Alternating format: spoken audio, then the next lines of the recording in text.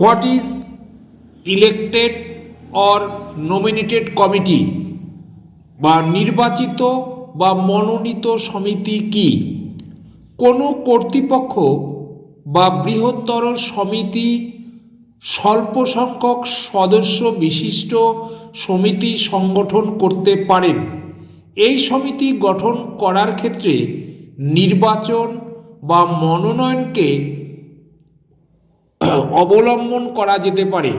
এই ধরনের সমিতির জীবন জনসাধারণেরই ঠিক করে দেন প্রস্তাব মারফত বা গঠনতন্ত্র প্রণয়ন মারফত। কার্যপরিধিও ওইভাবে নির্ধারিত হয়। এই ধরনের কমিটি ব্যবস্থা সহজ গণতান্ত্রিক ব্যবস্থা।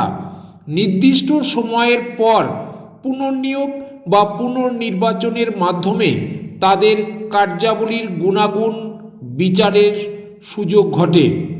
সাধারণ গ্রন্থাগার, জাতীয় গ্রন্থাগার, রাজ্য গ্রন্থাগারের ক্ষেত্রে মনোনীত কমিটি বা নির্বাচিত কমিটি দেখা যায়।